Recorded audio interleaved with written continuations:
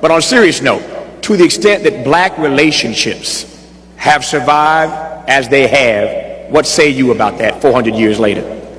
It is amazing that black relationships have lasted for 400 years. They lasted this morning. They're also going to last tonight, and you may not even know the person to whom you're going to have the relationship with. But they do tend to go over.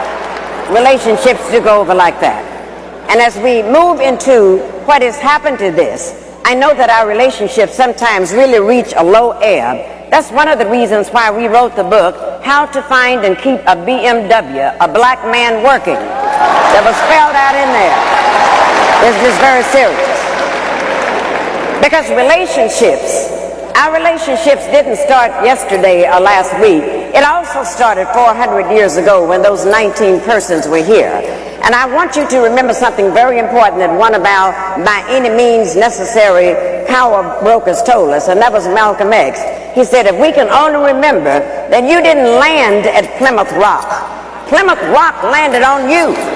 And it's very essential that we kind of keep this in place. And knowing that these are the things that happen, then we have to move more to change it. See, we have a system that would not like to see black males and black females together. They would not like to see that happening at all. Because once we come together, they understand the power of the strength of the black woman, the queen of the universe. They know that, her strength. They also know the power of the black male, the warrior. If you would turn him loose, he will protect also his family and things that need to be done. And because they understand that if our relationships are together, then they will lose. But if our relationships are torn up, then we can forever be treated in certain ways by the oppressors. That's why they gave us something called integration, which is nothing but the illusion of inclusion. They gave us this. They actually gave that statement. And when they gave that statement, it meant that they could go right into your homes. They went into the black homes now, the powers that be, and told us that you cannot discipline your children anymore. And if you discipline your children, you will go into jail. It's this kind of thing they told us. Now, this is amazing that, you know, the black parents who in Africa, that was out of the question. Some social worker come in there saying you can't discipline your children, the social worker would disappear. As you all know, this kind of thing would go on. You would be sitting in a place like this, and all you had to do was act up and do something wrong, and all your mother had to do was to glance in your direction. Y'all remember that? And you remember that the glance meant, don't let me have to get up and come over there. And every once in a while in the black family, there was a fool who would challenge the glance. And if you could get home over the foot, over the ironing cart, over whatever, you were sent to the backyard to get something off the peach tree. And if you brought something in that was too short,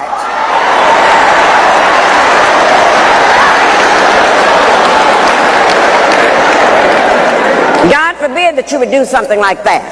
But then it got so terrible in frightening us. This is why we got to take this back, and this is the best part of our action plan, is to reclaim the minds of our children, because then they went into the public schools and took discipline out of there. So when we acted up in there, they put our boys, our black men, into something called special ed classes.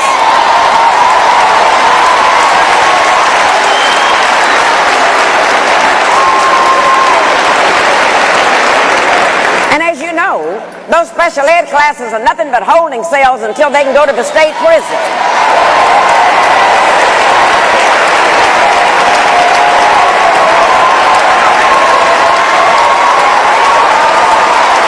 But this is what they did. And then, the one thing that they knew, that if we can put them in prison, if we can have them convicted for a felony, then once they get out of prison, they cannot get a job. Because of that, they cannot get the job. And then if they happen to eke out and find a job, then they have to pay taxes on a job, yet they cannot vote. And I call that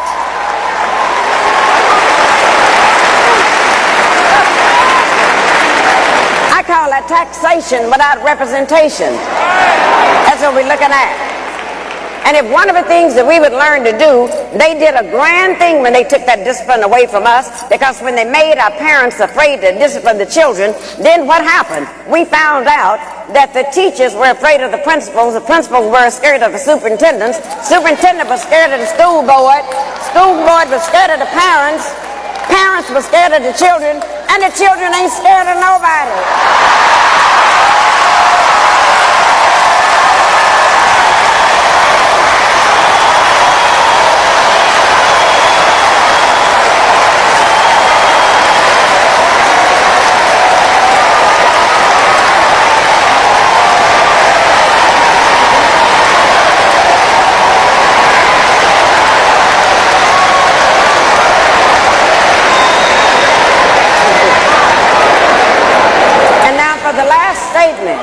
The last statement, the reason why we're so pleased to have the covenant, it makes all of this type foolishness stop. It's going on under Angela Glover in San Francisco. It's all over the country, and they're all saying we finally have a movement where we can take back over the minds of our children.